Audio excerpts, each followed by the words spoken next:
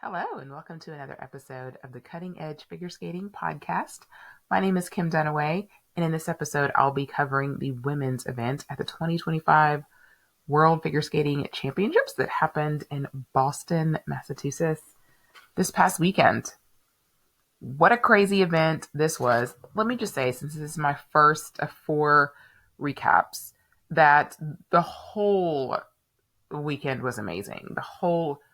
All of the events that I attended, I can't speak for Wednesday and Thursday days, but Friday was amazing. The rhythm dance wasn't sold out, but it was very well attended. But the women's free skate that night was sold out. The free dance that afternoon was sold out, and the men's free skate that evening was sold out. And all three of those events were won by Americans. This was the first time that's ever happened for American skaters because, for a number of years, they didn't have a good enough dance team or pair team to win world championships, and so they could only win in singles. We had Ty Babylonia and Randy Gardner win in 1979, before my time, and then we didn't have another world champion in pairs until Alexa and Brandon did it 3 years ago now. And of course, in dance, we didn't have a world champion until we had Merrill Davis and Charlie White in 2011. So there's not been a whole lot of opportunity for this to happen. And really, in the last decade or so, it's been pairs and the women who have really struggled. And this whole starting with Alysa announcing her return a year ago, there was this great anticipation because she left and her career felt unfinished. And I think everybody expected for her to make the world team even before she stepped out onto the ice in her first challenger event. And I wouldn't say it was a foregone conclusion, but she was definitely expected to make the world team, which she did. Almost won nationals, but we really haven't seen her at her best all season. She's been great in the short program, but the free skate would often let her down. And here, that was definitely not the case.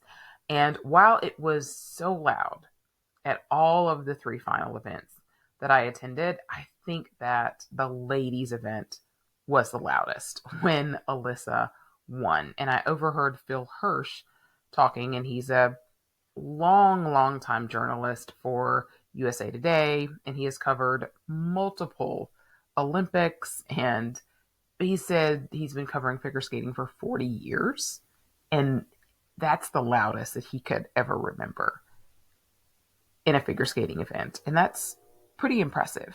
Like, the other events that I've gone to that I could compare to that kind of energy were like playoff events. Like, I was at a Titans playoff game, it's back in 2003, where they beat the Steelers in overtime, and that was a crazy atmosphere. I remember being at a Predators playoff game years later when they had their run, and that was a crazy atmosphere. And this was also just wild, so loud, so much energy. It was incredible. And before I talk about Alysa's skates, I just want to say I saw a lot on skating Twitter, a lot on Reddit, of people saying they hope that the U.S. never gets another world championship again. They thought there was blatant overscoring. And it was like people were talking as if the U.S. ladies were Russians or something. It was kind of ridiculous. I'm like, really? Like, we have not had a ladies champion in 19 years? When did we all of a sudden start getting overscored? Now, I think that there is definitely it'll be interesting when we get back into the fall and we see if Alysa's rotations are still strong, because that's been the issue for her all season, has been the rotation on the triple toe and her triple combos. It's been an issue in the short program and in the free skate. It's something that coming into this competition, she said that she had spent the last month really working on.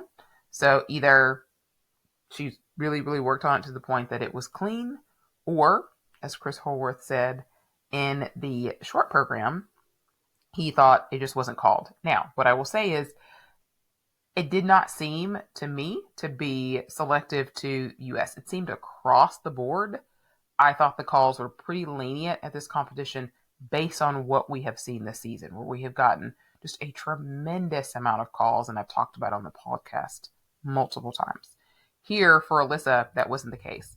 But let's note that also, she was the only skater to go out there and skate 2 clean programs. Everybody else made mistakes somewhere. So she earned it, and it was incredible to watch. The short program was so strong. I think the moment was even better than what it was at the short program at US Nationals. Just the emotion that she brought to it. I did not think when she went that she would lead all the way to the end, but no one else could match that performance the rest of the day. And there were a lot of mistakes with the top ladies that I'll get to here in a little bit. After the short program in that press conference, there was 2 things that stood out that I have to say. I was not here yet. I was not at the press conference, but I watched it on YouTube. Like, they're up on ISU's page. You can always watch these on YouTube. And first of all, somebody asked her, what did she think about the fact that there weren't Russians there competing? And like, somehow it made it less legitimate somehow. It's kind of what he was implying. And I think he asked the wrong person, because Alysa was kind of like, I don't know, what do you think? I mean, she had like a nice kind of PR answer at first, like, well, we want everybody to be here and all of that. But I just thought, what an incredibly ridiculous question to ask. And the person didn't announce who they were. And up until the very last day in the men's press conference, I had no idea who it was. But at the men's press conference, he asked a question, and I was like, oh, that's who it was. I still don't know his name, but I know his face. Whatever. But ridiculous question. And then someone else asked her, what would she say to her then self when she retired? And I think what that journalist wanted was for Alysa to say, well, I guess I shouldn't have retired. I guess I should have stuck around. But instead, what Alysa said, I have 0 regrets. I wouldn't change a thing. And if I hadn't retired, then I wouldn't be where I was now. And she prompted her again. She was like, but what would you tell her? She said, I would tell her to listen to herself, to trust herself. And Liz said she thinks she has really good instincts. And that time period that she had off the ice, I think, allowed her to just refine that love of skating. There's lots of articles that people have written all season about her. And I think a lot of us fans, as we watched, especially the last 2 years of her previous career, it was tough to watch because she just looked so miserable at times. Even though she looked happy on the ice, it just didn't seem like she was with the coaches she wanted to be with. Maybe she was even skating the programs that she wanted to be doing. And so this season, she picked what she wanted. I've always been a bigger fan of the short program than the free skate. But what I will say is that the Donna Summer was very effective at nationals, and it was very effective here. And in a sea of just like piano pieces and classical pieces, like her free skate and Kaori's free skate and Wakaba's free skate, like, really stood out in that last group because they weren't just like pretty piano pieces. They really got the crowd into it. The crowd, they just, any opportunity they could to clap, they were all over it. So it was just an incredible moment. I'm so glad that I was able to attend and be there, because World Championships are only in the US every 7 to 10 years. The last World Championships also happened to be in Boston, and that was in 2016. And in 2009 they were in LA. 2003 it was in DC. So in the past 22 years, 4 times it's been in the US. And of course, Michelle won in 2003. That was her last world title that she won at home. In 2009, there wasn't a US lady in contention. And of course, in 2016, Ashley Wagner broke a 10-year drought when she won the silver. And so it was so incredible for there to be several ladies in contention. And the big question was can any one of them get on the podium? And it was just so incredible to have Alysa break that drought that we've had for such a long time. And she's 19, and the last time it happened, she was less than 1 year old. Alyssa was born in 2005. And so a lot of people, young skaters, they've never ever seen this in their careers. And I just think about how it can spark a whole generation of new fans and new skaters. It's really exciting. Okay, I've gushed for 10 minutes over Alyssa. Let me get to the rest of the field. In second place here was Kaori Sakamoto. She was the only person that I got right in my predictions. My other three disciplines were much, much better. But when it came to the ladies, I kind of went with, Kaori and Amber and Chae-yeon, because going into this event, they seem to have all the momentum, right? Kaori has had a very uneven season, and so seeing her not at the top wasn't a shock, but it all went wrong for her in the short program, right? So we have seen at times Kaori has had this amazing ability to do a single or a double flip at times and still be able to get a triple toe off. Obviously, that's not what she wanted, right? She wanted to do a triple flip, triple toe, and the double flip triple toe put her in fifth place after the short program. Definitely within striking distance. I think she was only 3 points out of first place. And it's funny because, again, with this Chicago program, I think I came around to it about NHK Trophy. So it didn't take me nearly as long to like her long program as it has for me to like Alyssa's. But boy, it just seemed brilliant watching it on Friday night because, again, in just this sea of just like all of these very pretty piano pieces, like she came out there skating all that jazz, and it just like put a whole injection into the building. She just pretty much stole the show. And frankly, I thought she was probably going to stay in first the whole time, and she almost did. She really almost did. She did not get like 150 points, which we have seen her get. And had she gotten 150 points, it still would not have been enough. She really would have needed to have skated clean in the short to have pulled off a title here. And she was disappointed to lose, of course, but she was also extremely happy for Alysa. And, as I was watching them embrace, I was like, oh man, if you just think back to 3 years ago at the Olympics and all of the drama that was that free skate and the fiasco with Kamila Valieva. And I always feel like there's this alternate universe where there's no Russians there at all. And Kaori is the Olympic champion and Alysa is the bronze medalist, which is exactly what you got at the World Championships a month later. But that was both of their first times being on the world podium. And then here they are again together. It was an incredible moment to see. But Kaori also just had a huge eruption after her performance. It was just the heart of a champion. And I mean, she's won 3 in a row, which is incredible. She is still hands down the best women's skater right now. I would love to see a great rivalry out of these two coming into next season. There's going to be a lot of ladies who want to jump into that game for sure. And also, I meant to mention, I did think Alysa was probably too high. Like I thought Kaori probably should have won the free skate, and Alysa still would have won overall. But I'm nitpicking at this point. In third place was Mona Chiba, and her team definitely picked Donna Summer with Boston in mind. Whereas Alysa had no idea Donna Summer was born in Boston until much later in the season. It seemed apparent to me, based on what was said with Mona Chiba in the post-event press and after the short program, that they definitely picked this for this purpose. Her short program was super strong, and she was in second place after the short.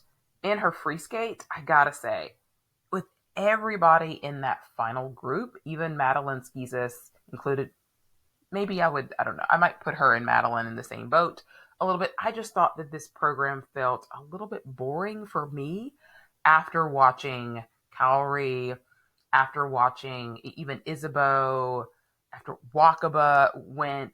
it just seemed like it just wasn't the same excitement that we saw. She skated fantastic. In fact, I thought she was going to go into the lead, but she got two calls that were very costly for her.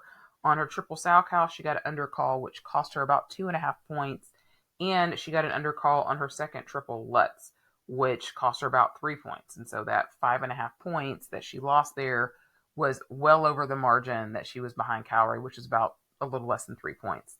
And for all the people that were like, why did Mona get a call and nobody else got a call? Mona has been called on that combo literally all season except one time.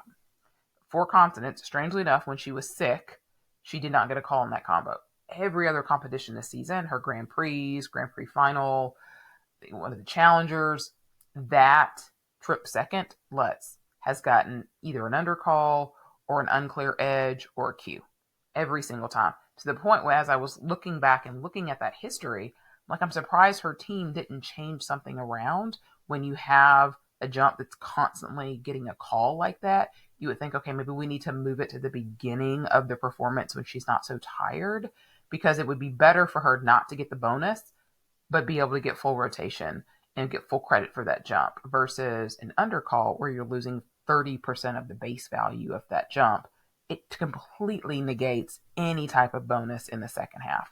So I actually think that strategically, that was a poor decision from her team to continue to keep that Lutz where it was when it was called so much all season. But even so, she gets on the podium for the first time in her career, and it really caps off a really fantastic season for her, with the exception of that free skate at Four Continents when she was sick. She's really been fantastic all season. Now, she's been a bridesmaid all season. She hasn't won anything. She was second a lot, but she definitely put it together when it counted and got onto the podium, and was happy for her. She had, like I said, she had a really good season, and I felt like it was a really great way to put a bow on it. And fourth place was Isabeau Levito of the U.S., and I think she really put a lid on a lot of naysayers that have been just chirping since U.S. Nationals when she wasn't there and she was provisionally named to the team. And I was a big supporter of her being named to the team, and I get it. There's a lot of other U.S. ladies that have had really good seasons. Sarah Everhart, Brady came on really strong towards the end of the season as well, and I can understand. But Isabeau has just shown so much competitiveness and determination. This is her third Worlds. She's finished fourth twice and second last year. That's an incredible record. Outside of Kaori, nobody else can have that kind of level of success over that time frame. Nobody. Not Luna, not any of the other Japanese ladies, none of the Korean ladies. Literally, Isabeau has been the best competitor at Worlds outside of Kaori Sakamoto. And for me, I can't see any way that she's not on the Olympic team next year. She's just, to me, she's proven it time and time again. Her short program was fabulous. It was so good. And her free skate, she was just so close. That triple Lutz, triple toe combo, fell on the triple toe part of it. Everything else was good. She did get rid of the Euler combo that she was doing at the beginning of the season, which was like a triple Lutz, Euler, triple Sal, which was very iffy for her last season. So she ditched it in favor of a double axel combo instead. And so close. I mean, literally so close to the podium here. That fall obviously was the difference. She ended up with a couple of unclear edge calls also. But I think she has absolutely nothing to be disappointed about, especially coming back from injury. It was said right at the beginning of the championships that she really wasn't 100% sure that she was coming until a week ahead of time, which was news to me, but it obviously looked like the right decision. I am not one to watch a lot of exhibitions, but I did watch the exhibition gala at Boston. So many fun performances, and Isabeau's was one I would definitely check out. She was skating to Fever from Beyonce. Very fun, with some leather hot pants. Very different than what we're used to seeing Isabeau, and I love seeing skaters cut loose, and you're really starting to see the evolution of Isabeau. The last season since like nationals last year, she's just started to transform from kind of that, younger, newish senior, junior skater, that teenager, to more of a woman. And it's really coming across very well. And her skating, I can't wait to see the material that she picks out next season for her. In fifth place was her American teammate, Amber Glenn, in fifth. Obviously, she came in undefeated with a ton of pressure on her. And she even was very honest, as Amber always is, that the flight and all the lives lost definitely affected her mentally. And it's been harder for her to sort of focus. And I think it got her off of her game a little bit. And I think, too, her, Torgashev, how the crowd affected them very differently than some other skaters which they definitely derived a lot of energy from. And I'm not saying that the crowd was an issue. I'm just saying that when you're used to skating in smaller rinks with less energy, and then you go into a rink that's fully packed, and it's a lot of energy, right? It's a lot to sort of digest and process, and everybody processes that very differently. Amber's triple axels looked great in practice. They looked great in her run-throughs, and they were the weakest actually in competition. And triple axel's been so solid for her in the short program this season, but it let her down in the short program here. It wasn't a deal breaker in terms of even though she was ninth going into the free skate, she was 7 points out. And I was sitting next to a journalist from the New York Times during the women's free skate, and she was doing a piece on Amber. And so she asked me before the competition started, she was like, do you think Amber can win? I said, she would need help to win. I said, but she's only 7 points out, and the triple axel's worth 8 points. So it's not out of the realm of possibility, but she would need help for sure. Like, they would have to make mistakes, those that are on top. But if she goes out there and nails what her entire content, she will be on the podium, is what I told her, because she can make up a lot of ground if she goes out and skates lights out. But I said, we haven't seen it. We have never seen her skate perfect in the free. And unfortunately, it didn't happen again here. Now, in both segments, when something went wrong, she didn't fall apart, which we have seen that tremendous growth from her. And Amber was 10th last year at Worlds, and she was 5th this year, which is a gigantic improvement. And she's had an amazing season. So there's absolutely nothing for her to hang her head about. After the triple axel didn't go well in the short program, she picked herself up and landed the other two jumps in her program just fine. And then in the free skate, it was just a couple of things that didn't go perfect. She had a single axel in her combo where she would like to do 2 double axels. Her triple axel, while landed, wasn't perfect. It was a little wonky. And she doubled her triple flip. So no major mistakes. And 138 points was still a big free skate score. But when you're trying to pull yourself up from the top, and you've got people who are capable of putting up 140 points, you knew it wasn't going to be enough. But she was in first place for a number of skaters, and she did move all the way up from 9th to 5th. And the U.S. ladies finished 1st, 4th, and 5th, which is amazing. And we haven't seen that in really a long time. We have to go back to in 2003. So when Michelle won her last world title, like I mentioned earlier, she was 1st. Sasha Cohen was 4th. And Sarah Hughes, post-Olympics, was 6th. So 1st, 4th, and 6th. They were at that World Championships. The other one that comes to mind is 2001. Another Michelle Kwan fantastic performance from 2001. It's one of my favorite all-time performances from her. She was 1st, Sarah Hughes was 3rd, and Angela Nikodinov was 5th. Such a strong women's program at that point. And women's skating was kind of, where we're at right now is very much kind of getting back to where that was, where you had a number of ladies that could sort of place very similarly. At Worlds, they just had to get there. Of course, the GOAT team is the 91 team, where Christy was 1st, Tanya Harding was 2nd, and Nancy Kerrigan was 3rd, where they famously swept the podium.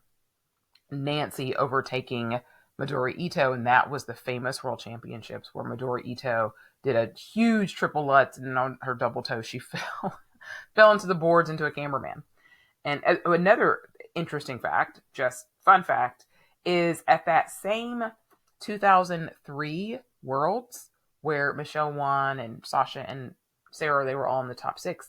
Tatiana Malinia, Ilya's mom, was 13th at that Worlds also.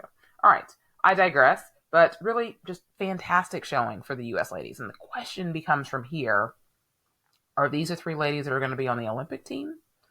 Or is there any wiggle room in this team at all? You can't see them sitting at home, the world champion, right? Unless Alysa Liu decides to retire, I can't see a way that she's not on the Olympic team next year. And she'll be the only one going in, unless Brady gets back there, with some Olympic experience. I can't see any way Isabeau's not on there. She's just been too strong this entire Olympic cycle, which makes Amber the wild card of the bunch. And she's Grand Prix final champion, right? And she's 5th in the world. And so if you're Sarah Everhart, if you're Brady Tennell, if you're a wild card that's not one of those 2 ladies, you've got a real tough task ahead of you to beat out one of these ladies. Now, nothing is decided at this point. That's why people skate. But we know that U.S. figure skating has a criteria as to who makes that team, and it has already begun because the world results at this championships are part of that criteria. And there's only 3 ladies that are going to have resume bones on that. And those are these 3 ladies right here. All right, moving on to the rest of the field. In 6th place was Wakaba Higuchi, who had a fantastic showing, like amazing. And her short program was the strongest short program that she's had all season. She also did not get a call on her combo in the short program, and that was the difference between her getting 69 again and her finally getting over 70 and getting 72 points in the short program. In the free skate, I was rooting for her so much. I wanted an American on the podium, preferably on the top if possible, but I wanted an American on the podium so bad. And the other thing that I wanted to happen was a Wakaba medal. Now, Wakaba's been on the world podium before. She got a bronze in 2018, I think, in that post-Olympic Worlds. And she hasn't been on the podium since. But she hadn't even been to Worlds since the 2021-22 season, with the Olympic season.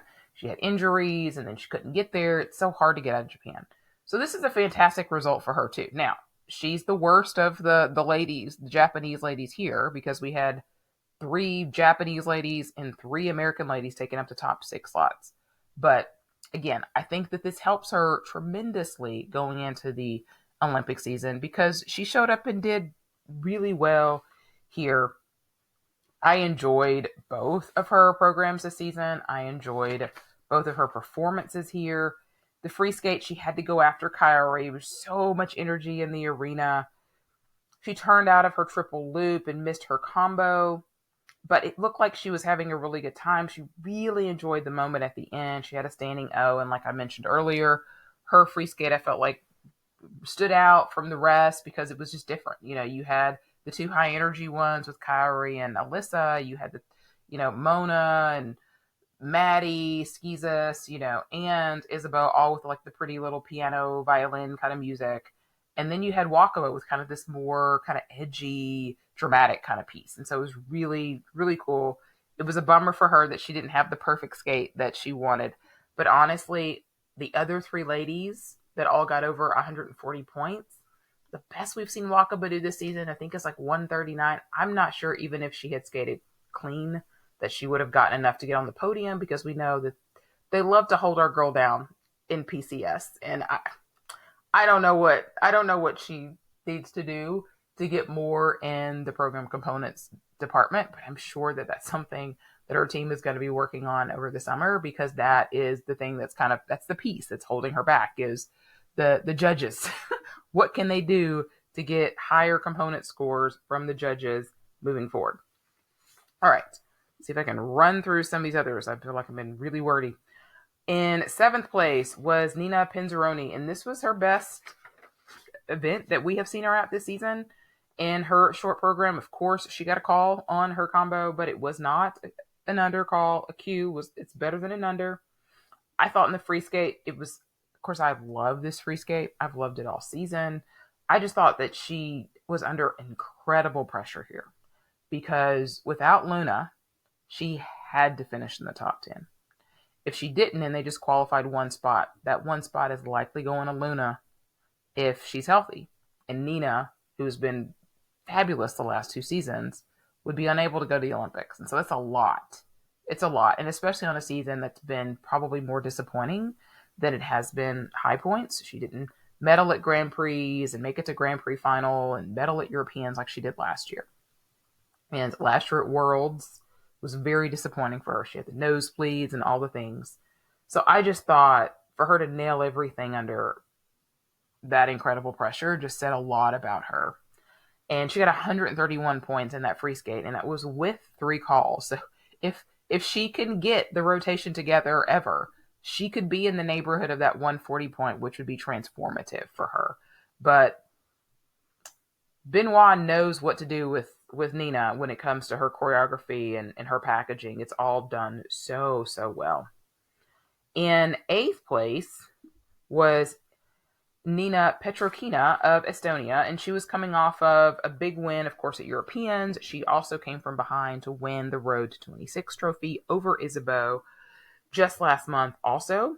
In both of those free skates, she had scored just under 140 points, 139 points. We knew exactly what she was capable of.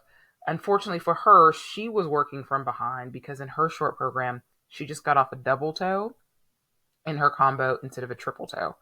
And so that put her actually in 12th place. And so she was in that second group, which when I was at practices, I gotta say, I was like, man, the second group had Nina, it had Kimmy, it had Chae-yeon Kim and Amber and Hae-in Lee, and one person I'm blanking on at the moment, but Nina. It was like everybody in there had some hardware. You had European medalists, 4 continents winners. It was an incredible group, and all of their programs were really fantastic. So I was just watching just like banger after banger program in the practices, and you could see, because there was this, all of these ladies were kind of bunched up together, that there was all of this potential to have a lot of movement, to have some real meaning in the women's if they all skated well. But unfortunately, most of them, with the exception of Amber, didn't really skate as well as they could have. Nina still was able to move up from 12th to finish 8th with a very strong free skate. She only turned out of her triple flip and didn't get a combo off, so it was costly in terms of base value, but she still got over 130 points in that free skate and was able to move up, and finishing in the top 10 means that there's a possibility for another Estonian lady to get to the Olympics. I'll talk about that at the end when I talk about the Olympic spots. She's another one. Definitely go check out Girlfriend's exhibition number. She was skating to Cell Block Tango from Chicago, and I was just loving it because she killed, in quotation marks, Luca Barilava, Nika Agazzi. First I was like, okay, we just going off after all of the Russian boys that have had some questionable decisions, questionable things said. And then she brings out Adam last to kill Adam too. So Adam obviously is not in that same category, but it was so entertaining. Like, I just love seeing that side of her. And I was like, she kind of put on a performance right now. Like, bring this into your program next season. Like, I thought she did great with Dune once it finally came together by Europeans. But man, there's some real chops there. I was impressed. In 9th place was Hae-in Lee, and who had her finishing as the highest Korean lady here? I certainly didn't. I didn't really know what to expect from her. She was kind of a mess at 4 continents, and understandably so. She hadn't competed in almost a year, and she had all of the drama of the fall, which, like I said in the preview episode, I don't even know what I think of Hae-in Lee at this exact moment. But in her short program, she came out and did much better because she was, like I said, just total struggle bus at four consonants. And then in her free skate, she came out skating to Without You, which is the same piece of music that we heard from Hawk and Kunkel the last two seasons in their free skate. Amber used it a couple years ago. It's really fantastic music. And I think Hae-in Lee changes her programs like people change their outfits daily. So I have no idea what Hae-in Lee will do next season, but this might be a good program for her to keep. We've only seen it a couple of times. It has a lot of good potential in it. It wasn't quite all the way there, but it felt at times when I was watching it, especially in practice, I was like, this could be a really, really good program. It feels at times like it's a little devoid of choreography. So like I said, it's got bones. It needs to be sort of cultured a little bit, but at other times it was really good. Like the choreographic sequence at the end is like so rushed, and I'm like, there's so many other things that she could do here in this piece that would be so much better. But it's got potential for sure. She started off that program not getting her triple off, so she tacked on the triple toe to her second Lutz later in the program. So I think she ended up with like an under on that for that reason. But it was way improved over what I expected from her for sure. In 10th place was Chae-yeon Kim of South Korea, and she kind of ended the season kind of like she started, just kind of flat.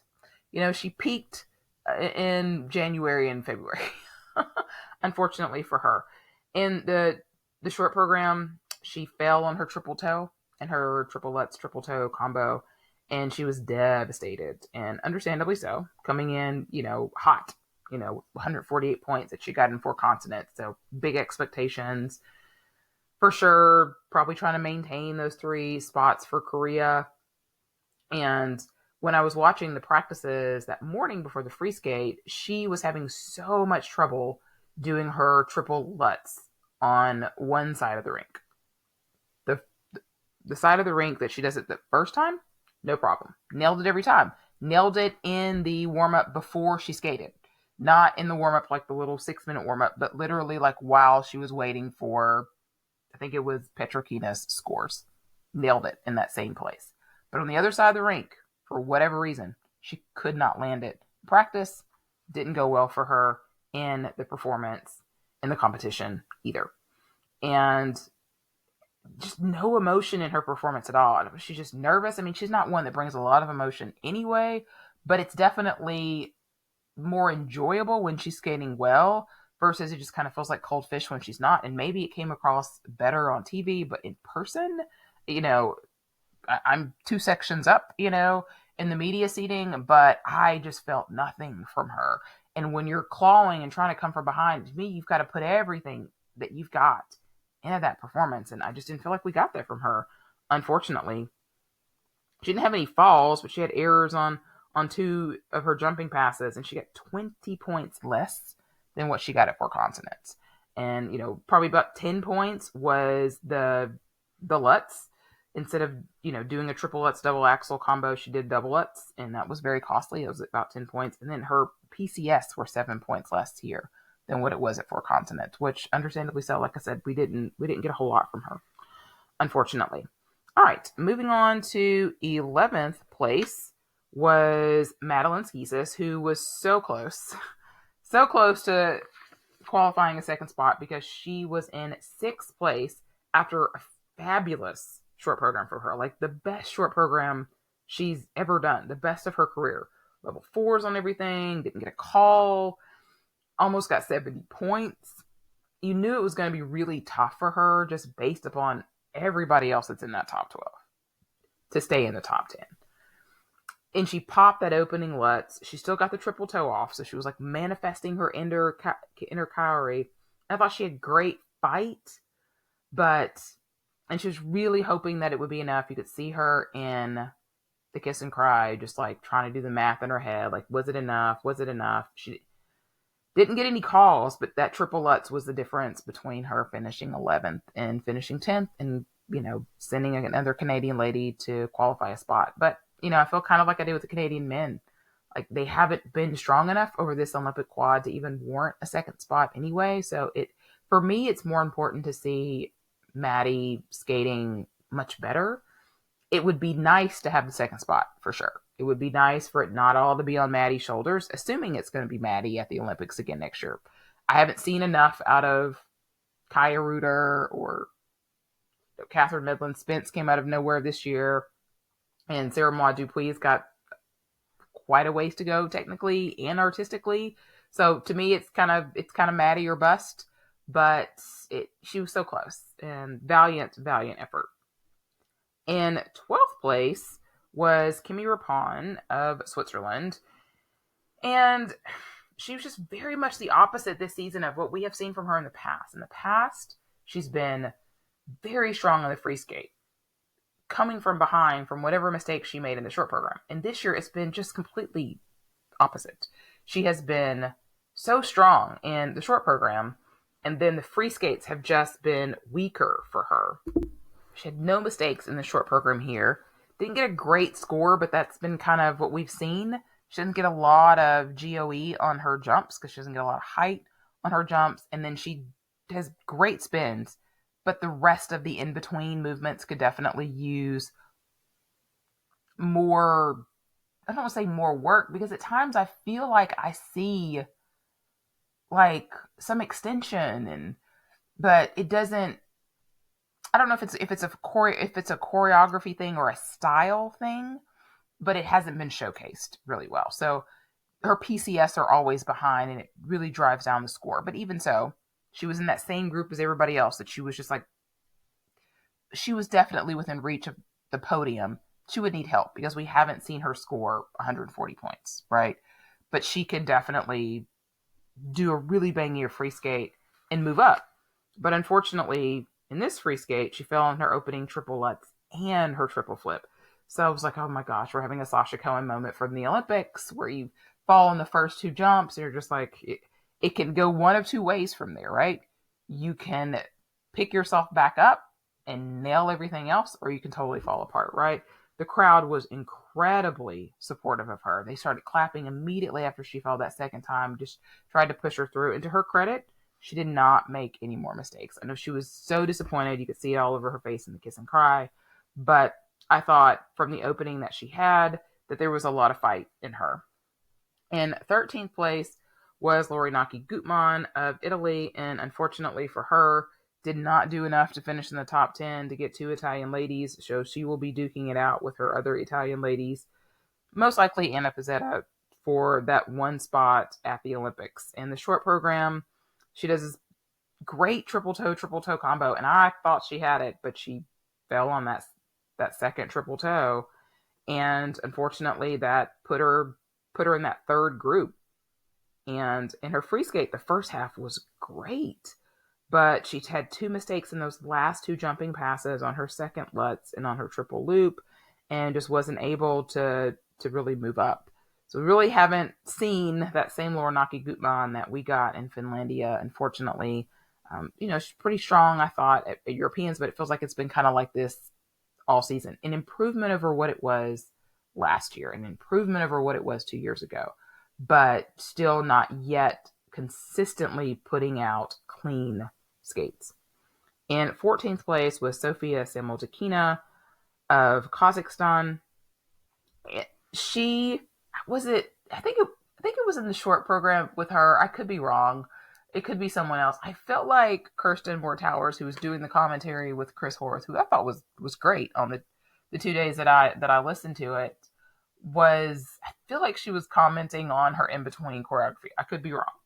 It could be another Russian-like skater that she was commenting on, but I feel like she was.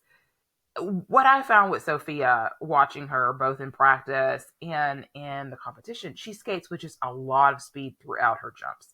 Like if you watch a lot of skaters, and sometimes it doesn't really come across on TV, but something I noticed immediately when I was at Skate America in the fall was that some skaters almost come to a stop when they jump, and some skaters just kind of flow through the whole thing. And Sophia is one that just maintains that speed throughout the jumps. And it looks really, really good. She does a triple in the second half, which is a great way to rack up points. She failed on that last jumping pass, which was a triple lutz. It was not a pretty fall. It looked like she was kind of crawling around, But she did get a couple people on their feet, and she also basically got Rafael Arturian to come out of hiding because we saw him at Worlds with her and a couple of U.S. skaters as well. It'll be interesting to see what she looks like next season. I think this is more of like a, hey, I'm still here kind of a season for her. I know they would have wanted her to get in the top 12. Top 12 would have meant that she would get a couple Grand Prix assignments. But I think she's got a score in the top 24 from Four Continents maybe, and that will get her at least an assignment. And of course, it's up to individual federations if they want to extend her an invitation to another Grand Prix or not.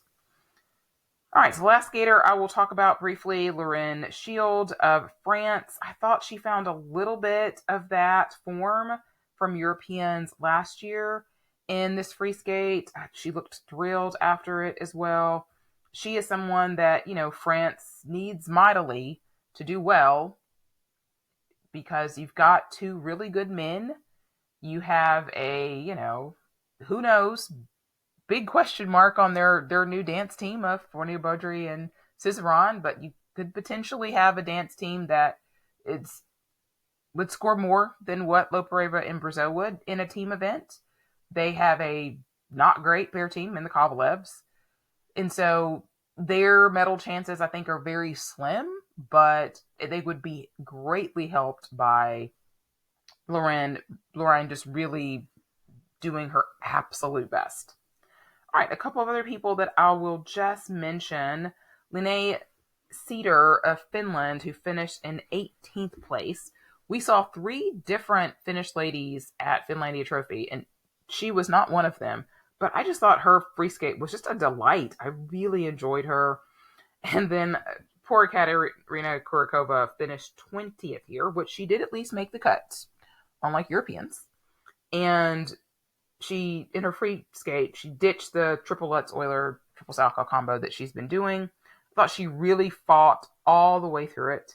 I thought her ears were going to fall off. They were very floppy by the end of her performance, but she got a lot of people on their feet, and I know that really lifted her spirits greatly. I also want to mention Kristen Spores from Great Britain. This is the first time she's actually made the free skate at Worlds. It's not her first World visit. I think this is the 3rd time she's been at Worlds. First time that she's made the free skate, and a great time to do it because she qualified a spot for Great Britain for the Olympics. And that was hot off of a top 10 finish at Europeans too. So really great way to end her season. And then poor Olivia Kaiser, who was just such a revelation last season, has struggled all year this year in the short program. Same thing that we've seen from her this season. Triple-double combination instead of a triple-triple. She did it earlier in the season. Skate America, I remember. And then same kind of issue here. And then that free skate was just rough. Lots of doubles, falls. Her spins were slow. Just really not the Olivia that we saw last season. I don't know if it's been an injury for her. It's not clear for me exactly what has been the issue for her this season, or if it's just that sophomore slump that we see out of skaters sometimes. But I really would hope we see her return to form next year. Also, we'll mention some ladies that did not make the free skate. So in 27th, after the short program, was Jingjing An of China. She got the nod over Yizhu because she finished the highest at Four Continents, and the other lady that was at Four Continents, Hongji Chen, did not have tech minimums to go. I felt like they should have sent Yizhu. I just felt like at Cup of China, I felt like there was just more signs of life out of her, because at this competition, doesn't really matter what they do in the free skate. What you want is your best skater to skate the short program. Who is your best short program skater? Because you're just trying to make the free skate. If you just make the free skate, you got an Olympic spot. And I don't know that was the best decision. I mean, it's easy. Hindsight's 2020. It's easy to pick on it after the fact. Likely, whoever they sent would have probably not made it. But I just feel like Yizhu probably presented the best opportunity. But they will be fighting for a spot in China. Lisa will be home for qualifying in September. In 28th was Anastasia Gubanova, and boy, did she pick the worst time in her career to have the worst skate of her career. Usually Anastasia's going to have a bad step sequence, a bad spin. Maybe she's going to step out of something. she does not fall apart like we saw her fall apart in the short program here. I don't know what happened. She fell on her opening triple flip, so there was no combo. Then she didn't even get even a single axle off. Not that she would have got points for that either. It's got to be a double axle or a triple axle. But she just basically was just an axle. I was like, did she try? It was so bizarre. Then you're like, okay, she's going to at least get a combo off on her solo jump. But that had a bad landing and she wasn't able to get combo off either. And so she got in the 40s and she did not make the free skate. So she's going to have to go to China and qualify a spot. And she definitely can. She'll be one of the better competitors that are at that event for sure. But this cannot happen again because Georgia is in the mix for a medal in the team event. They've got a strong pair team. You know, Davis and Smolkin are, you know, kind of a mid dance team. They're going to be better than, you know, whatever China's got, whatever Japan's got. But they're definitely not going to be, you know, where Japan is or France is or US is. I mean, not Japan, Canada. That's what I meant to say. But they need her there for sure. And the last person I'll mention was Asun-yoon of Korea.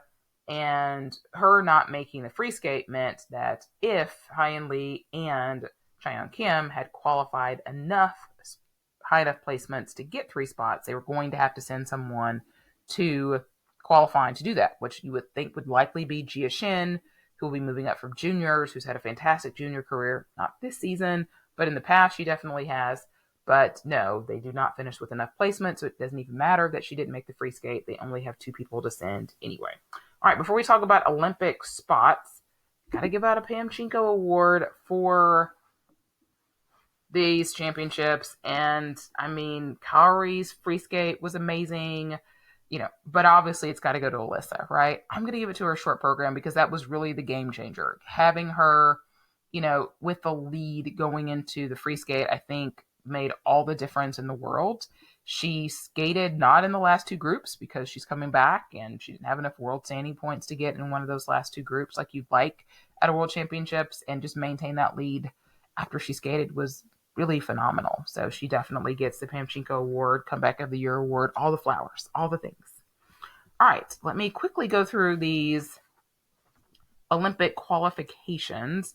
So there were 24 spots available at Worlds, and all 24 spots were awarded. And Italy qualified a spot, so we're not going to need to use a spot for a host spot. So it's my understanding, I could be wrong, that there are 5 spots available at the qualifying event in China, which would make for 29, which makes no sense, right? Like, why wouldn't you just have 30 skaters? Last Olympics, they had 30 skaters, but then the men had 29. So if there's an extra spot, there's an extra spot. But 5 spots, it looks like, will be available for teams to qualify for. The ones that have qualified spots, the US and Japan both qualified 3 spots. Nobody's got to go and reaffirm those spots or anything like that. South Korea went down to 2 spots, and Switzerland got 2 spots. So even though Olivia Kaiser finished 23rd, if you make the free skate, you get at least 16 points. So if you finish 15th, you get 15 points, 14th, 14, so on. But everybody from 16 to 24 gets 16 points. So that combined with Kimmy's 12th is 28, exactly what they needed to keep those 2 spots. Everybody else has 1 spot. That is Canada, Italy, Kazakhstan, France, Israel, Austria, Finland, Romania, Poland, Bulgaria, Great Britain, and Lithuania. There are 2 countries that have the opportunity to qualify a second spot. That is Belgium and that is Estonia. You got to feel good about Luna qualifying a spot. I don't know who's the next Estonian lady, but they will have the opportunity to qualify a spot. So nobody else can go qualify an additional spot. Like South Korea can't send somebody to try to get a 3rd spot. You know, only those who were finished in the top 10 that would ordinarily qualify 2 spots, they've got to get somebody else to go. It can't be somebody that competed. So therefore, Nina Petriona cannot go to qualify a second spot for Estonia. It's got to be a different skater. Nina Pinzarrone can't go. It's got to be a different skater. And then those could be could turn in from one spot to two spots. But at Worlds, they will be two spots. The provisional spot is only for the Olympics. So, 5 spots available. You know Russia's getting one of those spots, right?